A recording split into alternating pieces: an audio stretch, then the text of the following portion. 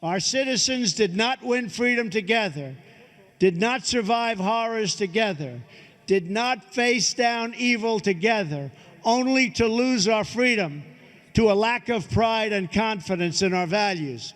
We did not, and we will not.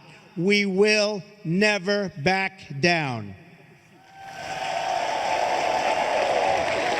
Just as Poland could not be broken, I declare today for the world to hear that the West will never, ever be broken. Our values will prevail, our people will thrive, and our civilization will triumph.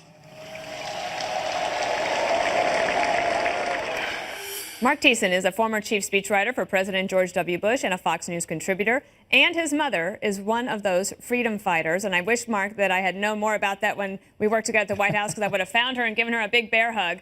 So this speech was really personally important to you, and also you've written speeches for American presidents to give in Eastern Europe. Tell me about your thoughts today.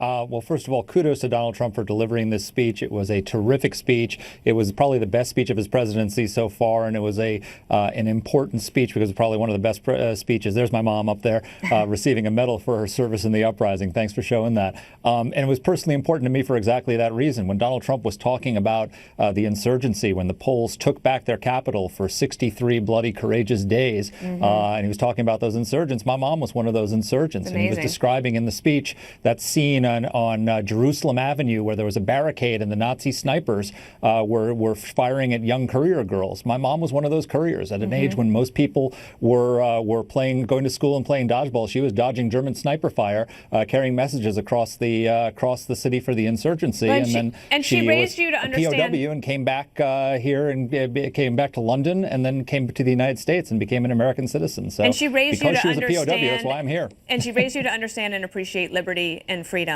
And I thought there was something today that you had mentioned earlier and that President Trump talked about. If we could play the sound when he was talking about what's happening with insurgents in Syria. Yeah. We urge Russia to cease its destabilizing activities in Ukraine and elsewhere, and its support for hostile regimes, including Syria and Iran, and to instead join the community of responsible nations in our fight against common enemies and in defense of civilization itself. And as I understand it, Marc, what you want to stress is the importance of not underestimating an enemy. Absolutely. I mean, the lessons of the Warsaw Uprising, where over 200,000 people were killed, and quite frankly, more broadly, World War II, where the Nazis killed 25 million people, is that you can't sit back and let murderous ideologies grow and fester until they become capable of killing people on that kind of a scale. When you look at what happened in Warsaw, when you look at what happened in Europe, reasonable people look and say, why did we let the Nazi ideology grow and take over a great power and build its military might? And the answer is for the same reason that we did nothing about the rise of ISIS, for the same reason that we did nothing about Syria, while 500,000 people have been massacred in the last 4 or 5 years in that country. We need to confront these ideologies before they can kill on a scale commensurate with their hatred. And that's the lesson that Donald Trump was trying to get across today. All right, Marc, thank you so much, and a big hug to your mom. Thank her for all of us.